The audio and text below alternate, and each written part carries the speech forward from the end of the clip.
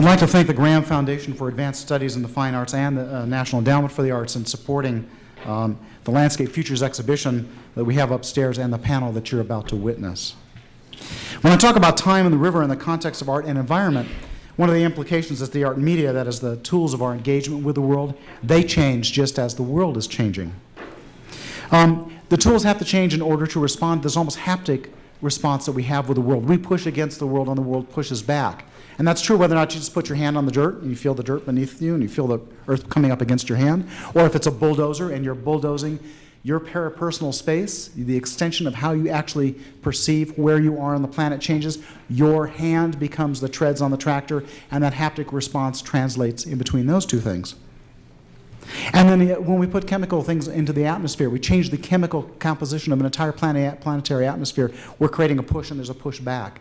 So this haptic response requires new kinds of tools as things in the world change and as our role increases, as our anthropic footprint, if you will, on the planet increases. The biggest kind of tools that we make are structures. It's architecture. Well, we hope it's architecture. Habitat, the structures in which we live, and then other kinds of buildings that we occupy are tools in that they are active agents in how we experience the world. A piece of architecture is not a static thing. Even though you sit and you look at a cathedral that's been there for centuries, and you think, well, it hasn't changed. Yeah, that's not so. It's changing. The world is changing around it. The interrelationship between the two is changing, and how we experience that is all changing, all at the same time. So architecture is very active. What happens when you play with that notion of an active architecture and you let the architecture respond physically and really actually be active with the environment? That's what Landscape Futures is in part about. So it's about these new kinds of tools, about a new way of experiencing a haptic relationship with the planet, where the architecture is pushing against something and something else in the world is pushing back. I won't say any more about that, but it's a remarkable exhibition.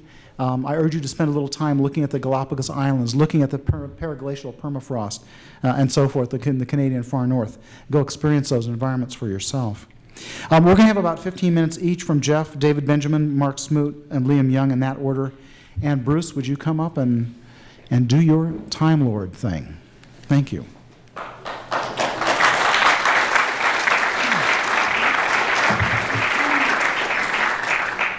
I've been looking forward to this event for quite some time. Normally if you're a science fiction writer at an art event, you're considered like the visionary wild man at the gig, but not at this one, ladies and gentlemen. Geoff remarked that we shouldn't stand on our dignity in this particular panel because we're just going to talk about new species, manipulated plate tectonics, mega droughts, islands without rivers, fish that can text, new constellations, and a robot Galapagos. There's not a lot I can add to that. I am planning to moderate the panel and be in the unusual for me role of the voice of reason and moderation at this one. So I'll ask Geoff to come in and take it away. Here he is.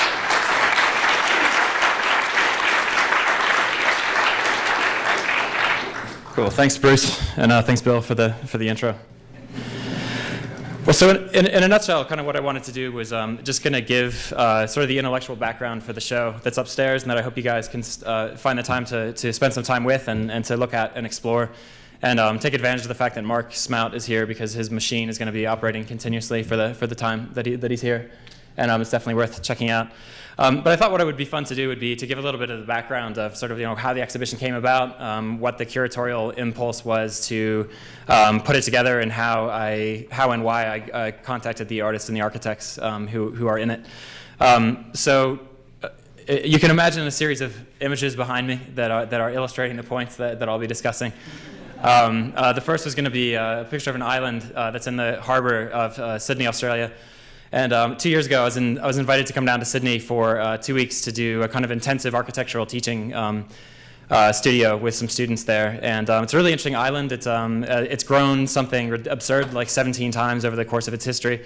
It's being mined down and expanded by the rock that's being cut from its own bedrock.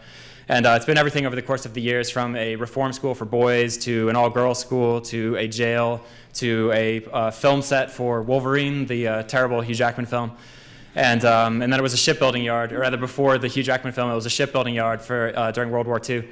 And so it's a really fascinating site, and it's a very, very manipulated landscape. It's constantly changing, and the Sydney is not entirely sure what to do with it. So it's kind of an historic site waiting for a program. But one of the people there who was with me instructing another studio was Mark Smout, who is someone who I'd long admired as an architect based in London, who will be speaking obviously today on the panel. And but I was really excited by one of the aspects of Mark's brief for his students, which was that rather than design a large-scale architectural intervention, a new building, a new series of buildings, a new pavilion, he had his students, or at least some of his students, design small handheld objects that were painted in a way that was reminiscent of the dazzle painting that was done on ships in the British Navy in the wars of, I believe maybe just World War II, but World War I and II, where ships were painted in such a way that they would be optically broken up against the horizon. And so you could see the ship, but you couldn't necessarily tell whether it was coming or going, or how big it was, or even necessarily where the command deck was in relationship to the hull. And so it was a kind of optical camouflage in the era before what we now consider camouflage. So the idea was that these little objects would be placed around the island and would thus break up your ability to perceive the landscape of the island. And there was something really exciting about that. And we had a lot of conversations that kind of expanded from ways in which survey equipment, such as the digital surveying machines that you use to register a site, could also be either augmented or, for that matter, interfered with by these kinds of landscape devices that would be placed around a given landscape. So then my wife and I were traveling around Australia for a little bit after this teaching gig was over. And one night in the hotel, there was a documentary on the television. I'm kind of addicted to hotel television. And it was a fascinating documentary, and it was pointing out that one aspect of the Apollo space program, which was when we sent men to the moon, which is interesting because it's called Apollo, but it was lunar. In any case, it never ended. And in fact, there was a man in West Texas, as it happens, shooting a laser from an observatory from Earth to a small tray that held prisms. And the laser would bounce off of those prisms and come back to the Earth. And we could then register not only how far the moon was from the Earth, whether or not that was receding, but how quickly the moon is falling towards the sun, and compare that to how fast the Earth is falling to the sun. If there's discrepancies in these numbers, it proves that Einstein is wrong. The experiment is still ongoing. It's moved from West Texas to a mountain in New Mexico. And my wife and I actually subsequently were able to visit this place. It's fascinating. When the laser leaves the Earth, it's the diameter of a laser, which is unbelievably tiny. By the time it hits the moon, it's a kilometer wide. It's dispersed that much. But anyway, I'm mentioning this because it sounded like a project by Mark Smout, and I began to put sort of these ideas together and think, well, what if I took the Landscape Futures exhibition that I was still in the process of curating, and rather than focus on large-scale landscape architectural interventions, things like Central Park, things like new causeways or walking paths in cities, but really kind of scaled it down and started looking at the devices or the machines or even the surveying equipment through which we understand landscapes. And so another one of the images that would be up here would be showing the reflective devices that are being placed all over landscapes now for us to register how highways move at night. So when you're driving down the highway and there's reflecting devices in the road, you can tell that there's a curve up ahead. And even when you go down to scan tunneling systems, if you're building a tunneling infrastructure beneath a city, the kind of reflective dots that allow machines to read the landscape. So it increasingly began to seem to me that it seems like an interesting cousin to Fritz Haig's presentation, where he's looking at animal clients, which is to say non-human clients for architecture and for landscape. But there's another kind of non-human client for landscape, and that's a machine, and that's a robot, or that's a device, or that's an instrument. And in fact, we see things like Google streetcars becoming autonomous, where Google is trying to teach cars how to read the landscape and how to drive themselves autonomously. So what if the future of landscape architecture is not only not large scale, it's very small scale, and it's about devices and machines, but what if it's not for humans at all, and it's in fact for a kind of a robot legible landscape, or a kind of robot readable landscape? So that was one aspect. That was the kind of devices, the machines, and the instruments that went into this and attracted me to talk to Mark, to Chris Webkin, and the other artists in the show. But then one other aspect to point out, and again, sorry, there aren't images. You can imagine houses falling off of cliffs into the sea on the coast of Alaska, because what I was going to point out is that the whole idea of landscape futures I find that there's a kind of hubristic attitude from architects and landscape architects that somehow they are the future of landscapes, that we'll design certain things, we'll, as I say, we'll build the next Central Park or the next Dubai, and that'll be the future of built space, or that'll be the future of augmented landscapes and augmented natures. But it seems to me that in many ways, all we really need to do is sit and wait for a very long time. Speaking of long now, we just need to experience the long now. Plate tectonics is already involved, it's already designing landscape futures for us. Climate change in Alaska is already designing landscape futures for us. Whole villages are being split in half and houses are falling off of their foundations. Water mains are breaking beneath villages because the permafrost is thawing. And so what I think is really interesting about the moment we live in is that even though there's this sort of slow and punctuatedly rapid ecological catastrophe unfolding in the guise of climate change, the force majeure that we were talking about earlier, there's also something strangely wondrous and interesting about the agency that the Earth is now taking in terms of architecture and design, that there's a kind of terrestrial agency in redesigning landscapes on very small and very large timescales simultaneously. And so by wanting to highlight the idea that landscape futures is kind of the Earth itself. It's almost a synonym for what it means to be on Earth. These landscape futures are surrounding us at all time. They're happening whether we build architecture ever again, whether the human race disappears in an instant right now. There will still be landscape change and landscape futures. So I wanted to try to combine these two things together and look at architects, artists, and landscape architects who are dealing with fluctuating terrestrial conditions, things like the freeze-thaw cycles of the Arctic that you can see upstairs. And then also these smaller scale devices and robotics and instruments, and to see how they would interact with built and, for that matter, unbuilt space. So I guess I'll just leave it at that and say that, yeah, those are some of the major themes that went into the curatorial brief. Obviously, the 6 individual groups or people who are in the show took that in different ways. Personally, I think all very exciting ways. But so we've got 3 gentlemen following me. I'm fans of all 3 of them. And I'm looking forward to their presentations. So join me in welcoming David Benjamin. David is half of a group called The Living with Sue and Yang. They're based in New York City. They're actually colleagues of mine at Columbia. And they, as you'll see, actually I think David does an excellent job in introducing his work. But they're a very exciting combination of interactive design, biological systems, biotechnology itself, and obviously architecture. So, David. Great. Well, thanks a lot, Geoff. And I should mention, Geoff asked me to, all of us, I guess, to keep it brief. So I have a video which will expire after a certain amount of time, and then I'll stop speaking automatically. But I guess what I wanted to describe just briefly is that my approach to designing architectures for environmental change, the name of the panel, and also my approach to landscape futures involves, in a way, multiple interconnected and overlapping design strategies. So I thought, rather than describe a single project in detail, that I would describe 4 of these categories of design strategies very briefly, just showing a few images or clips from projects that illustrate it. So here they are, 4 things. 1, designing public interfaces.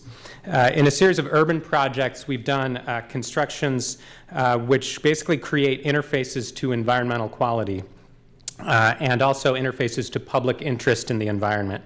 So in this particular collaboration with the artist Natalie Jeremijenko, we installed a network of floating tubes in the East River with sensors below water, lighting above, and an interface where you can text the river and receive back real-time information about water quality and life in the river. And then this causes the lights to blink, so there's a collective register of our interest in the environment. And in addition, the color of lights changes for a different reason, to reveal comparative information about water quality. So red indicates that water quality is worse than last week, and blue indicates the reverse. And we think of this as a kind of horizontal building envelope that, on the one hand, frames the river as a dynamic natural ecosystem and environment, but also as a place that marks a public space in the city. And along these lines, instead of considering the surface of the river to be this reflective surface that mirrors our city and ourselves, we consider it to be a kind of porous threshold. Okay, 2, designing ecosystems. In this project, we started with a material property called viscous threading. So just like honey dripping from a spoon into a jar creates a kind of coiling effect, if you have liquid silicone and you drip it onto a conveyor belt, varying speeds produce varying patterns, and you can layer those patterns on top of each other. So we combined this kind of a system of synthetic material of silicone with a natural material of liquid moss, and with what we think of as a kind of material of ideas, which is in the form of a real-time index of web searches about terms like future and construction and environment. So the rate of accumulation of moss and silicone is controlled by our collective thinking about these terms. And then we designed the relationships and rules of this ecosystem, but then let it run itself for 30 days without any further intervention. And like many ecosystems, an equilibrium was established. It was disrupted because of small changes accumulated, and then a kind of new equilibrium. 3, designing biological machines, or in other words, working at the intersection of architecture, computation, and synthetic biology. So bacteria naturally produce spatial patterns like shown here, and recently the new science of synthetic biology has allowed us to manipulate the DNA of bacteria and therefore change the patterns of bacteria. And it's become possible to model all of this in software applications. So basically, this allows us to make small changes in the DNA of E. coli bacteria and have that translate through several powers of 10 to changes in material properties that we can see and touch. For example, we can program one type of bacteria shown in green to produce a flexible material, another type of bacteria shown in red to produce a rigid material, and we can produce a sheet that's at a tangible scale. And so here's a software workflow that we invented and we're exploring to design new composite building materials that incorporate structure and skin into the same object. And this process involves, of course, tiny bacteria, but also it involves vast agricultural landscapes to produce the sugar necessary for these biological factories, so these vast scales together. And 4, designing narratives. In this project, which is currently on display for the Landscape Futures exhibit here at the museum, we speculate about a future when lithium, known as gray gold, and found beneath salt flats, has become one of the world's most valuable resources due to its use in lightweight batteries for electric cars and laptops and mobile phones. And in this future, amateur scientists take samples of the brine beneath salt flats, and they use a kind of 19th century analog technology of paper chromatography to search for 21st century riches of natural resources in this paradox and this kind of return in time. Here, disruptions in a gradient of color reveal the invisible presence of lithium in the environment. And in this future, lone prospectors roam otherworldly landscapes, and they both affect these landscapes and they're affected by them. And as designers of this speculative future, we started to realize that our research about technology, and perhaps all research about technology, involves both prototypes of technology, but also stories about technology, and they're mutually independent. So that's it. Thank you.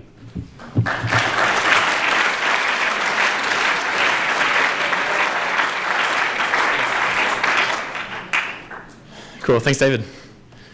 So next up is Mark Smout, and as Mark approaches the podium, by way of intro, I first discovered Mark's work by a pamphlet that was published by Princeton Architectural Press a few years ago called Augmented Landscapes that he co-wrote with his wife, Laura Allen, who between the two of them are Smout Allen, and they teach at the Bartlett School of Architecture in London. And their work too, as you'll see through Mark's introduction to mostly the project that's upstairs, is a really exciting look at not just architecture as such, but the instrumentation practices, everything from ballistics to buildings that are inspired by shipbuilding technologies and rope hauling machines, and also dynamic terrestrial changes such as cliffside villages in England that are falling into the sea and ways of rescuing them and that sort of thing. I'll let Mark do the rest, but welcome Mark Smout.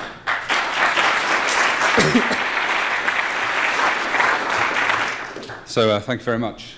So I suddenly feel a bit more relaxed now because I'm a university lecturer, so I'm used to speaking to people who are educated but tired and thirsty. So Smout Allen, we're mainly concerned with dynamic landscapes or landscapes with a changing force that modifies them in some way, where man has attempted to interrupt the natural processes that may be evident in certain locales.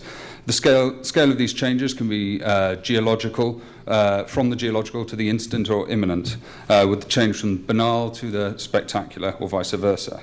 So here are some sites we've looked at. This is a site in Haysborough, which is on the east coast of England, which is coming under attack from the sea, and the land is falling back between 2 and 12 metres a year, which if you live on an island the size of Britain, you're getting fairly worried about that, even in London. So the locals have tied loads of what can only be described as shit to the seaside to try and stop the land taking their houses, because of course they're fined if their houses fall into the sea. You get a fine of £20,000. But we've got a very old legal system. It's not very flexible, unfortunately. But by people tying all this stuff to the outside of this one particular village called Haysborough, it's created an isthmus. So behind there's an even greater bay has been created.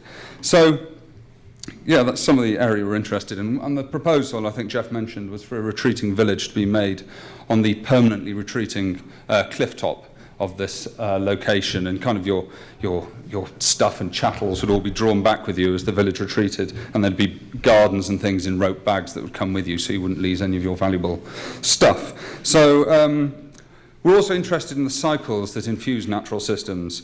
In the surface tension installation, which is upstairs, the gold mylar sheets you see reflect these observations. The installation is a balanced network of devices analogous to the essential natural processes of the hydrological cycle. So that is the ebb and flow of the tides and the motions of the waves, etc. But there are other elements to the installation which I'll just come to briefly at the end. But here are some main shots of the piece. I should like to thank Chris Martin, who's around somewhere, who works for the museum, who took a bit of time out of his tour schedule to help us put this up, which was great. Okay, and this is the wave sequencer that sits on the wall in the gallery, which is a very large chromed disc that you can kind of rearrange some little magnetic studs on there to interfere with the sequence. Okay, we're also interested in the hinterland effect of environments. For example, this is the River Severn, and it's exploited for the fecundity of its floodplains, its value as a source of drinking water supply, and the potential as a tidal energy source. Up until very recently, there was going to be put a tidal barrage at the end of the River Severn, which would supply 8% of the UK's energy requirements, which is an enormous amount, because the tidal range for the River Severn is 12 metres, which is 38 feet in old money. So you can imagine a 4-storey house being enveloped by that tide. It's an extraordinary place. And there's this thing called the Severn Bore, which exists on the Severn, which is here, and it's a wave that moves along when the tide comes in, because the tide is so high, and it travels for about 27 miles upstream all the way to Gloucester. And I think the world record for the longest ever surf stands at 11 miles on this particular wave.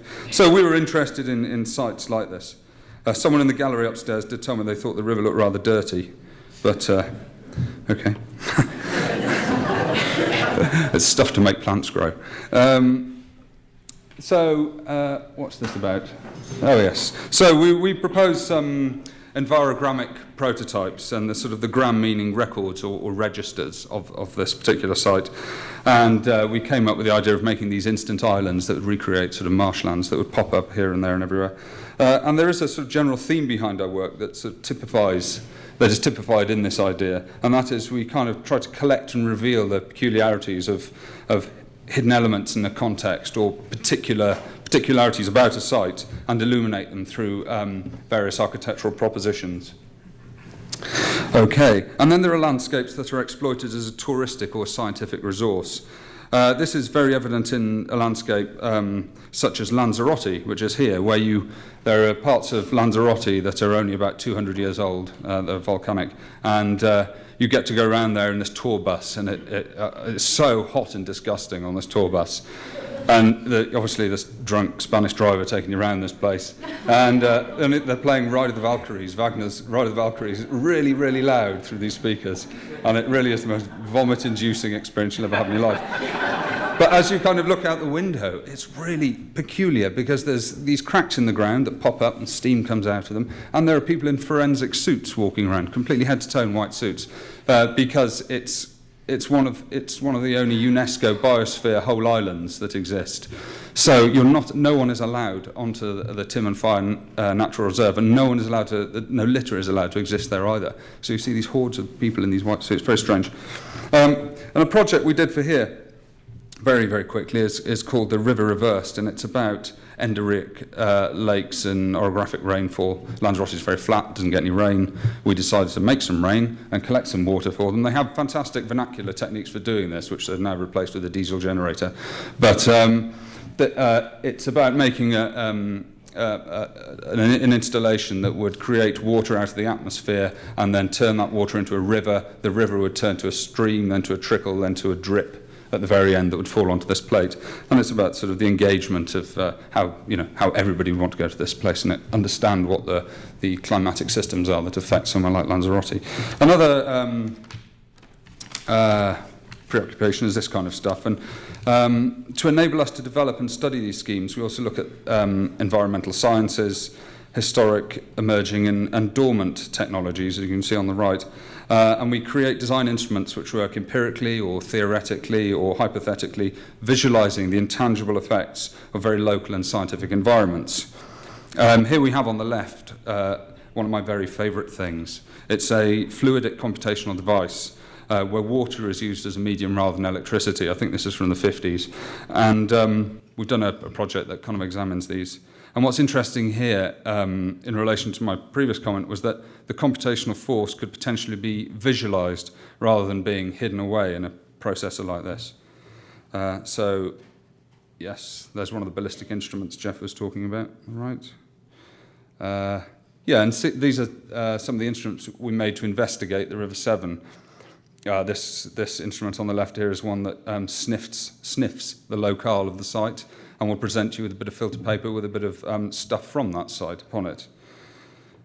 Okay, and this one tastes the water in various locations as well and fractions it out into its various components and makes a little rainbow in it for you as well. Gosh, it does everything, that one, it's great.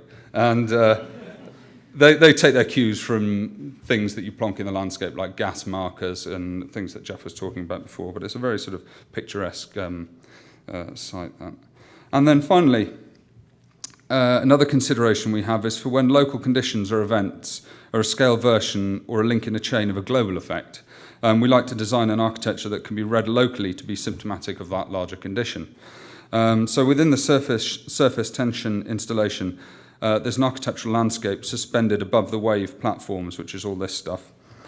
This is a representation of an architectural oasis sited in a near future suburban or peri-urban location in an imagined extended metropolitan area running from the Thames through the marshes to Rainham and then on to Tilbury.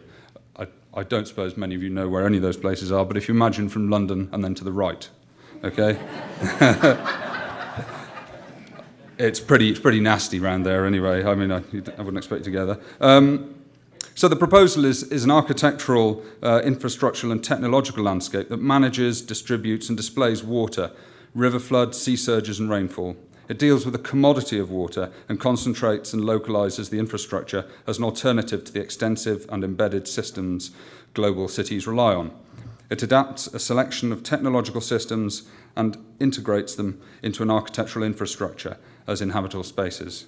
The ephemeral, intangible, and mythical nature of water is deployed and materialized in the form of rainbows, glories, halos, and clouds in and around the site, which you can see on these drawings that are upstairs.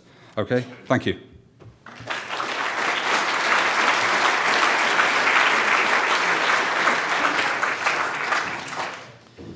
Cool, thanks, Mark. And you can probably pick up a kind of a running sub-theme that I think is exciting here about legibility and data visualization and the kind of interface between both human understanding of the relation of the landscape, but also of a kind of machine-readable environment. We're transferring now to Liam Young. Liam also teaches at the Bartlett in London, although primarily at the AA, which is the Architectural Association. I find it's always slightly interesting to say that I'm giving a talk at the AA to people in the United States because it sounds like something quite different. In any case, So Liam, as he'll introduce, is a really kind of exciting combination of architect and field researcher. Someone who takes a kind of gonzo traveling attitude towards architectural research and brings students to sites all over the world that you normally wouldn't expect a school field trip to take you to, which include the Galapagos, gold mines in Western Australia, and he just came back from Chernobyl. And with that, I'll turn it over to Liam Young.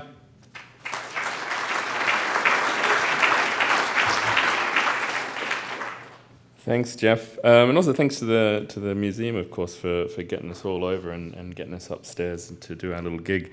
As Geoff said, I'm from Tomorrow's Thoughts Today, which is an urban futures think tank, and we're interested in the history of futurology, I guess, the fantastic, perverse visions of yesterday's tomorrows. But I also run the the teaching arm of TTT, which is called Unknown Fields, which Geoff touched upon before, which is really an nomadic design studio that sets off on annual expeditions to unknown fields, kind of exploring really our changing relationship between nature and technology.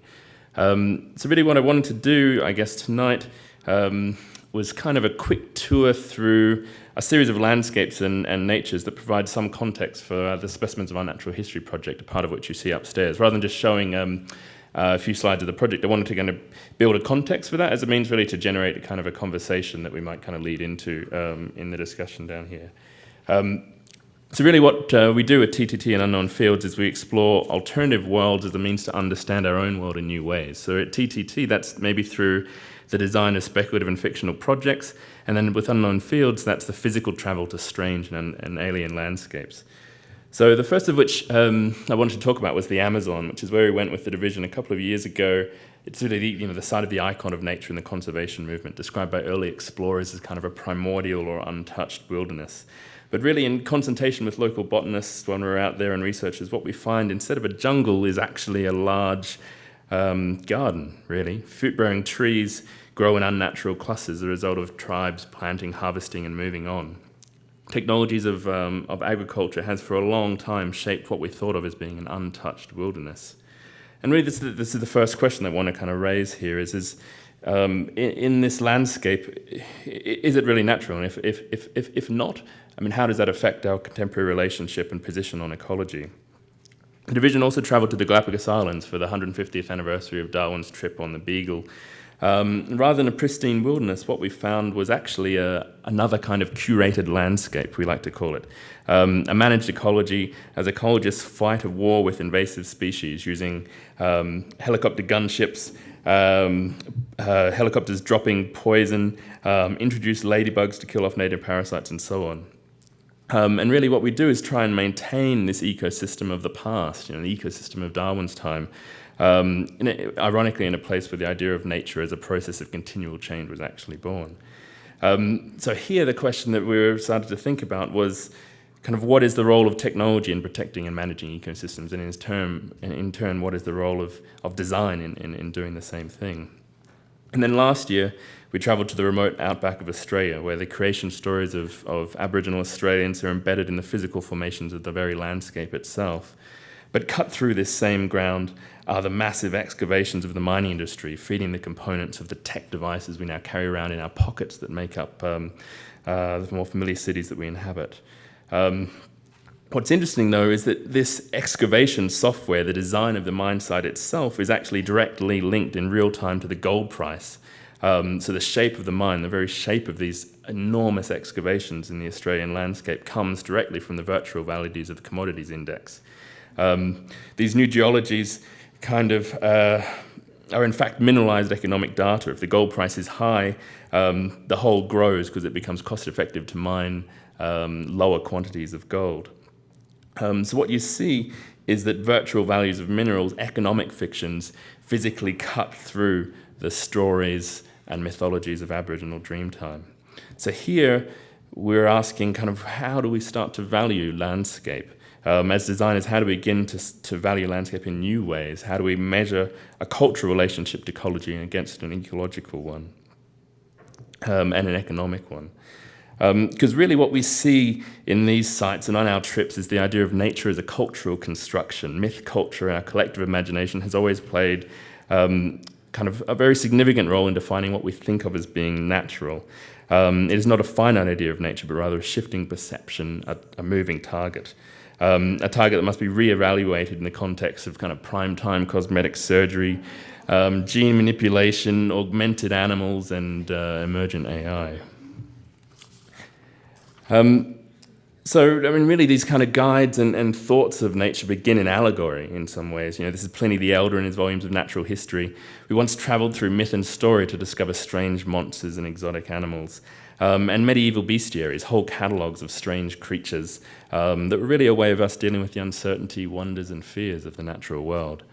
This allegorical nature slowly gave way to a more objective zoology, as explorers brought back classified specimens, but even here there were hoaxes. You know, this is Charles Waterton's nondescript. He was friends with Joseph Banks. His scientifically was well regarded, but he also snuck in cheeksy hoaxes like this little humanoid, which of course led to things like natural freak shows, P.T. Barnum's Grand Science, and musical theatre, the Womble's Menagerie, where here nature is kind of presented as a strange curiosity. Like Walter Potter in his travelling collection of curious taxidermy from Victorian England.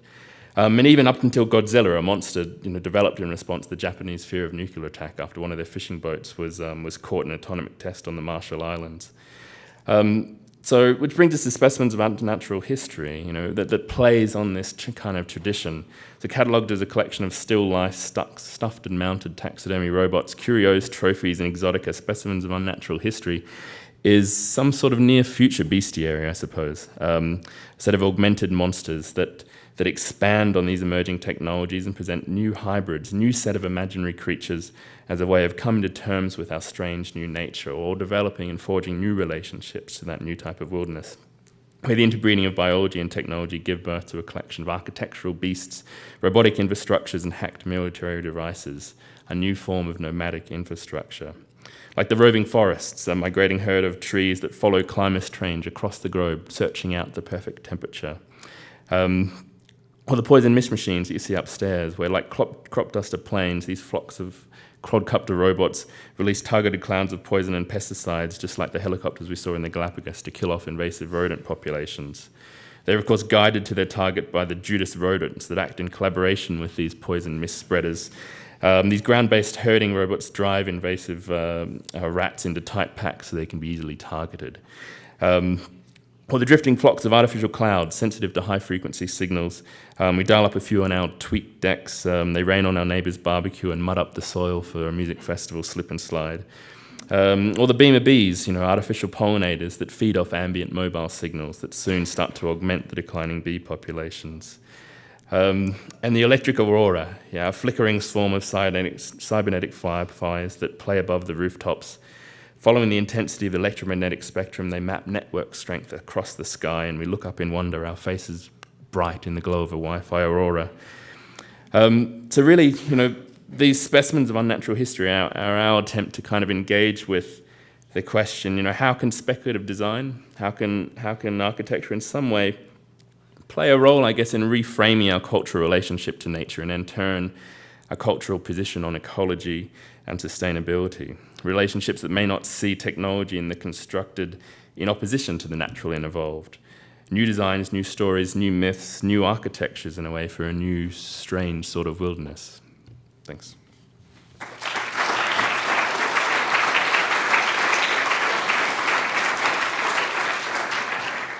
Cool, thanks, Liam.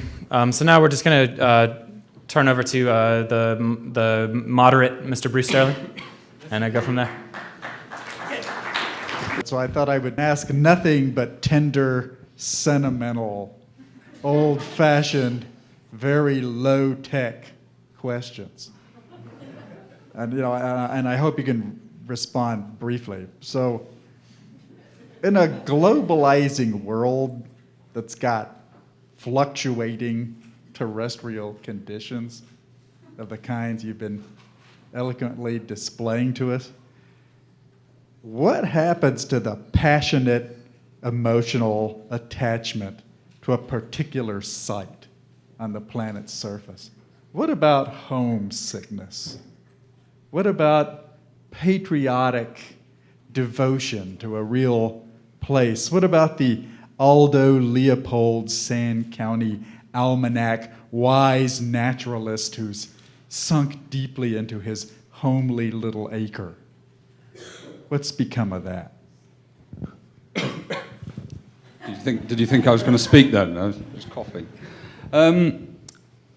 That's an interesting question that I wasn't expecting. But with the last project I showed you, which is the London's hydro infrastructures, which deals with abundance and scarcity of water, that's predicated on the idea that your homesickness might not be for the physical fabric of your building, but it might be for a climate that's been lost or a meteorology that's been lost. For example, we're trying to essentially people in that scheme that we've designed are living in reservoirs, perhaps, or living in perforated buildings that accumulate water. And those places are designed in such a way that they will reanimate lost bits of meteorology that have disappeared from the English landscape. Things like fog, for example, which you rarely see now in London, and you can recreate certain kinds of rainbows. And in a way, that was reflected in the field studies we did for the River Severn, which were framing a lot of those instruments in those kind of environments. And in a way, they illuminate something other than just the physical material of the place. So I think all that kind of carries on, but it might not be as we know it. Yeah, I mean, we just got back in the summer. We took one of our division tours through on a road trip from the Chernobyl exclusion zone to the Baikonur Cosmodrome. And what we found in Chernobyl was, I mean, everyone surely knows the nature of the place. It's this extraordinary irradiated wilderness. But we spent most of our time with a group called the Resettlers, which are legal communities that have decided that were once displaced in the 80s. And moved on, and they've decided that now is the time to move back to their homeland, and they live an extraordinary idyllic life. They keep chickens, they grow blueberries.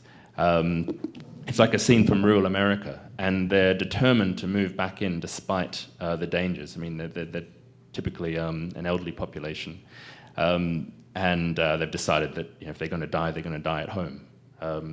But what's intriguing for us, I suppose, is that they're doing so within this extraordinary kind of post-human context.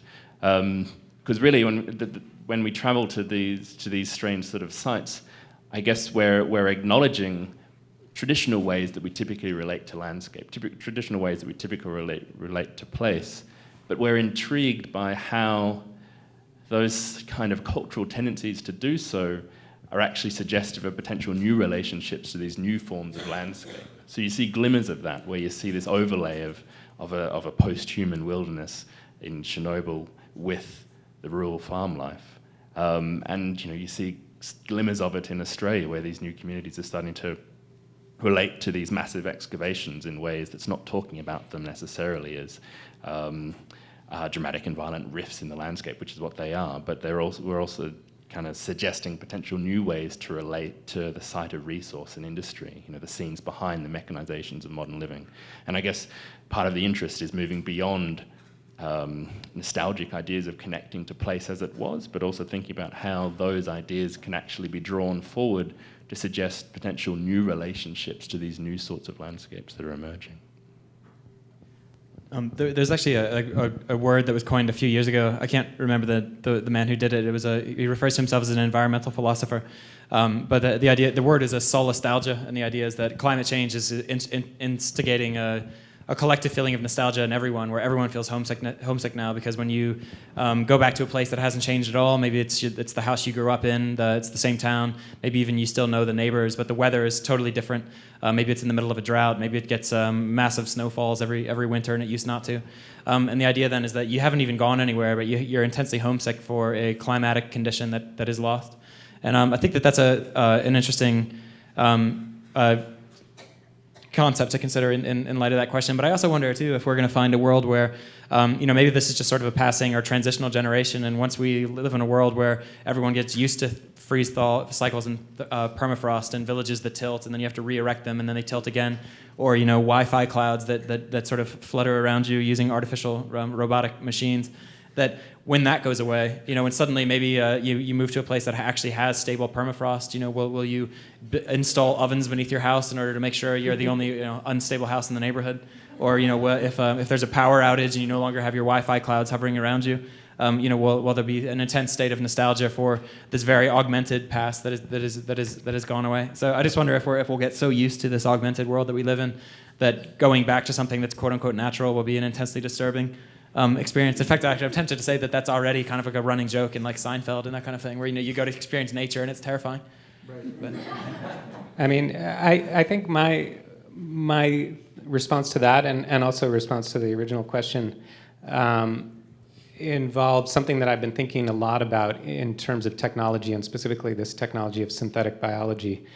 But I might frame it slightly differently, and it's that there are already projects going on that are kind of mind-blowing to me in their variety of scales. So people are designing new biofuels or synthetic medicines that simultaneously the people working on these projects are thinking about the scale of DNA with a radius of about 1/1000th of a meter, and the scale of the Earth with a circumference of 40,000 meters. So that's 16 powers of 10 in magnification in the same project. And I've been thinking a lot about what about the scale of architecture, but also what about the scale of the individual, or the collective of individuals. And a tentative answer to that for me is that it will have to be thought of in the context of all these other scales. So it's that it might be no longer sufficient to think about the homesick individual in a vacuum or alone. That it has to be designed for in the context of all these other scales simultaneously, and that anything you do for the homesick individual, anything you do for your home because you're homesick for a unstable territory or something, you would have to just by necessity in our new world be aware of its implications, its hooks into these broader ecosystems and links and other scales, and so that I guess a short way to answer that is that the homesick individual or the individual doesn't go away, but it just it involves a lot more now. Well, I'm inclined to agree with you, but I think we're kind of haunted by the specters of characters like Henry David Thoreau and his Walden Pond, or Joseph Wood Crouch, who wants to leave the bright lights of Broadway and just retire to the American Southwest and just listen to the burrowing owls, and kind of commune with the earth, sort of raise your own beans. And this is a very, very old tradition in kind of art and environment studies or that way of life. And if we're going into an area where the planet's unstable under our feet, how do we manage to bury that tradition? So I'll ask you from another point of view. Okay, Andy Goldsworthy. You all know Andy Goldsworthy. Okay, right, very famous, interaction guy. Okay, Andy likes to go out and intervene with the environment, and he does videos and he takes pictures of his work. But he has this kind of Oulipian constraint, where he never does anything that he can't do with his own hands, feet, and teeth. Right? I mean, it's him out in the natural environment.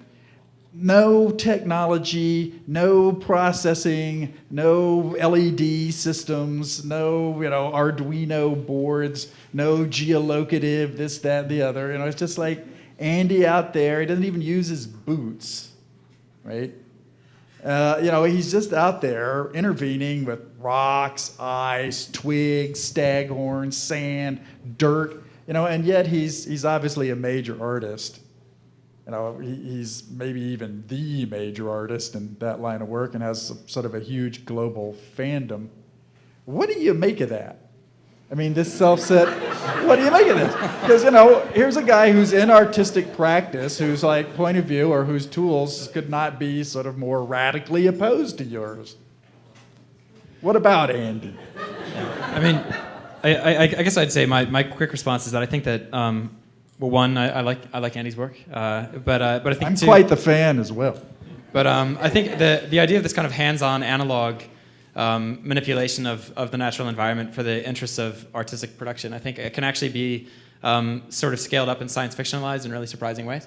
And just two examples that I'll give of that. So I feel like what I'd say then is that I would resist the temptation to try to find the kind of lone Thoreauian figure who is, sowing corn and beans on his own property and experiencing nature in an authentic way, because I feel like those same analog technologies can do extraordinary things. And so the two examples I want to give are one. It's make a very long story short. I taught a class at Columbia last year that was about building artificial glaciers, and there's this whole vernacular tradition of constructing dependable snow deposits that can last season to season in shaded parts of mountain valleys in the Himalayas, and it's made through things that are no more complicated than sawdust, clay gourds with water, and then snow that's packed on the north and northeast facing sides of mountains so that it doesn't melt over the summer.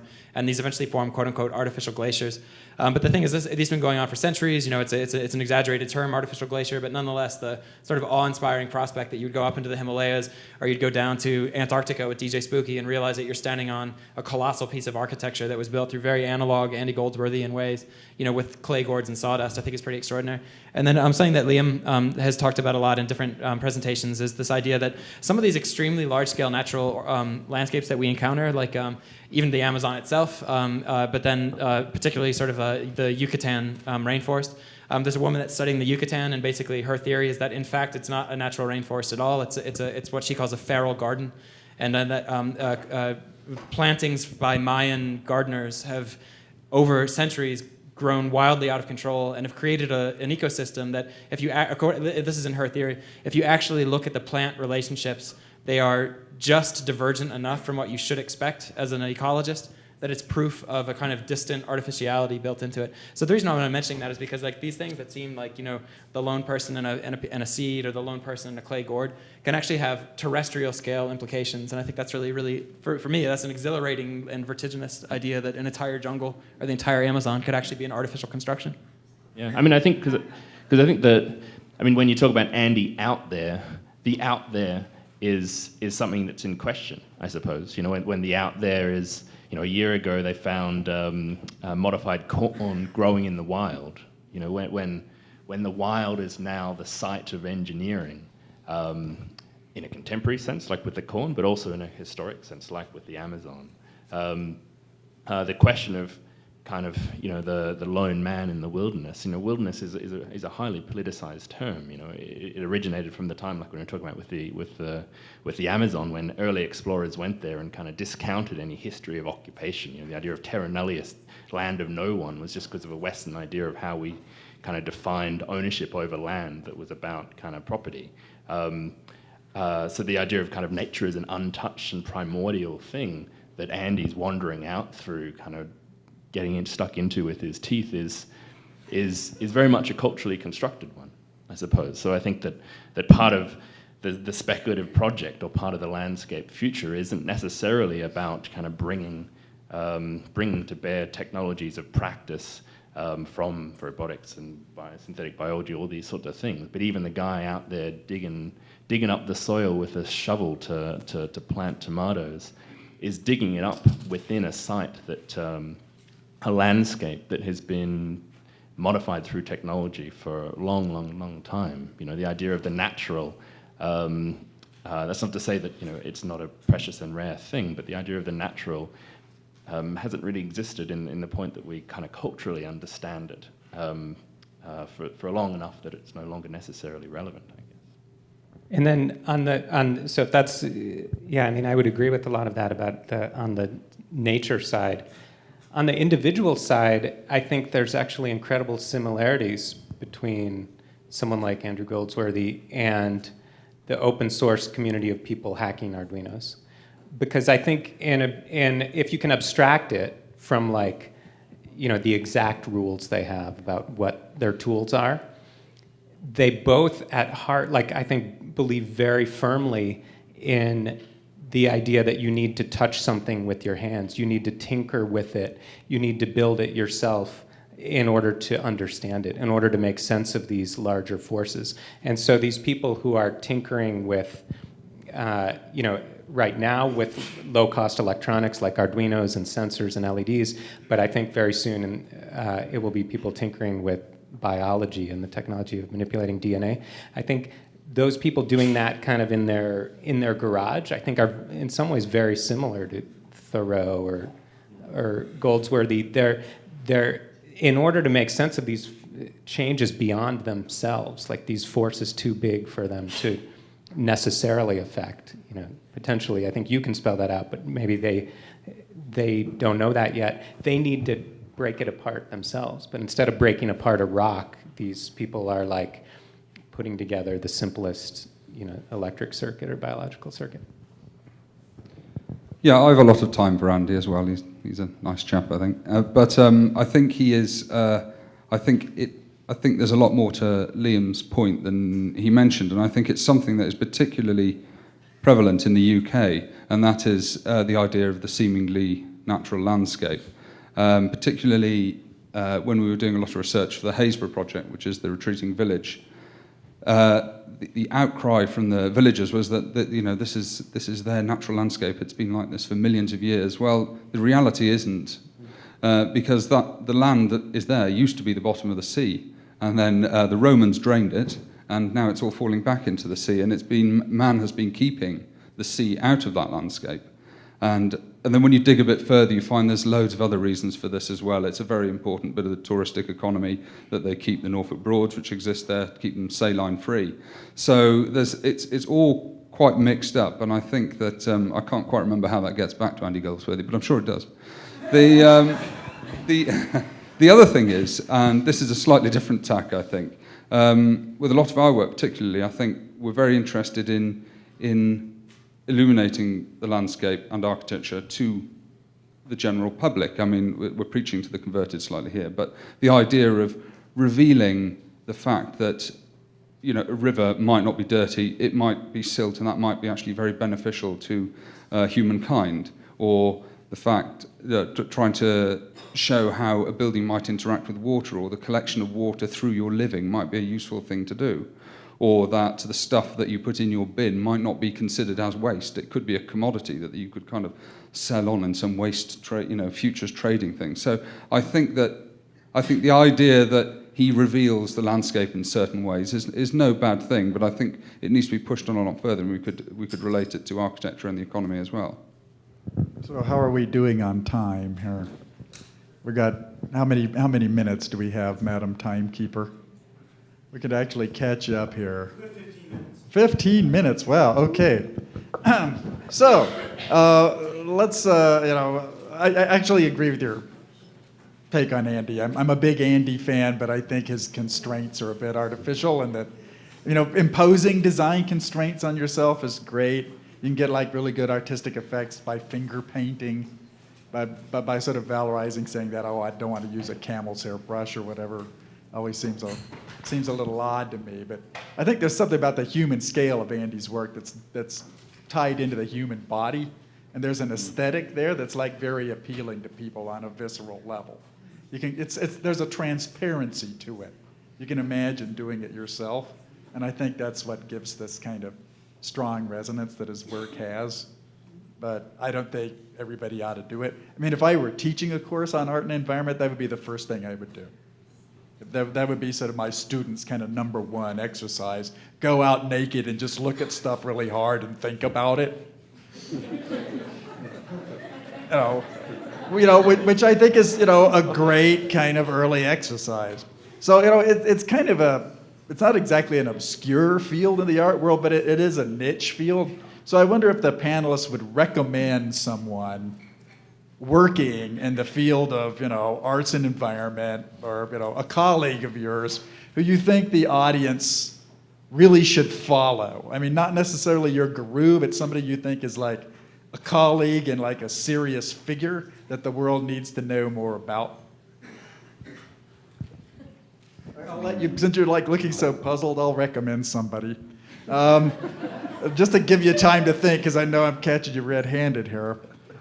Be glad I'm not asking you for the worst guy, like some lethal enemy, a guy who ought to be drummed out of the regiment. Well, okay, I'll let you think. I'm going to recommend Jared Tarbell. Jared Tarbell is a programmer. He does a lot of generative art stuff, but he lives out in New Mexico, and he seems to me to have like a really, really interesting take on these kinds of generative digital / biological patterns. He's a guy who does a lot of, I don't know, special effects, video special effects, but deep in his heart of hearts, he seems to really like go out and take pictures of stuff like lichen growing on sandstone. And he has a really well-developed aesthetic. I mean, he's truly a digital artist. He's done one piece that like haunts me. He did this generative pattern that looks sort of like a sun. You know, looked a bit like one of these LED installations we've seen, just a sequence of pixels and dots. And then he went out and laser blasted it into a piece of New Mexico sandstone and just kind of left it by the side of the trail.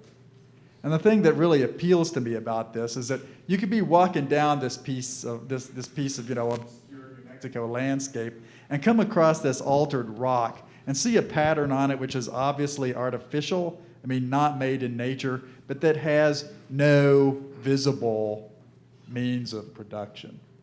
Because it was done by a laser, it just kind of evaporates the rock.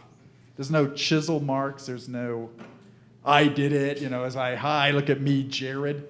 It's really more like just a surreal digital actual intervention that I think would mean as much to people 300 years from now as it does now. It's just really and generative art tends to be quite tinker toy kaleidoscopy, but this is one of the few pieces of generative art that I think could last. And the fact that it's landscape art and site specific seems really kind of interesting to me. Tarbell. Interesting guy. Want to recommend someone else there? Anybody going to volunteer? I got one, I guess. A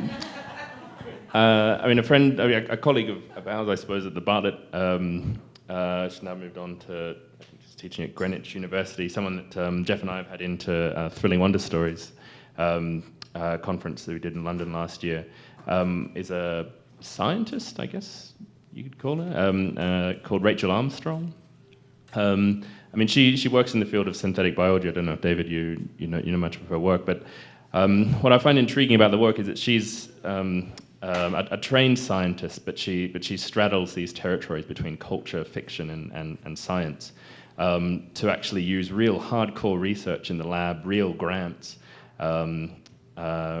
real kind of heavy-duty biology work, but tests it and translates it through collaborations with architects and designers in a series of speculative projects. One notable one, that's sometimes a problem with these synth bio projects is that they play out at the scales that you were mentioning, like that are barely visible at an urban scale. But an interesting project of hers is for the reimagining or redesigning of Venice. We all know Venice obviously is slipping into the water.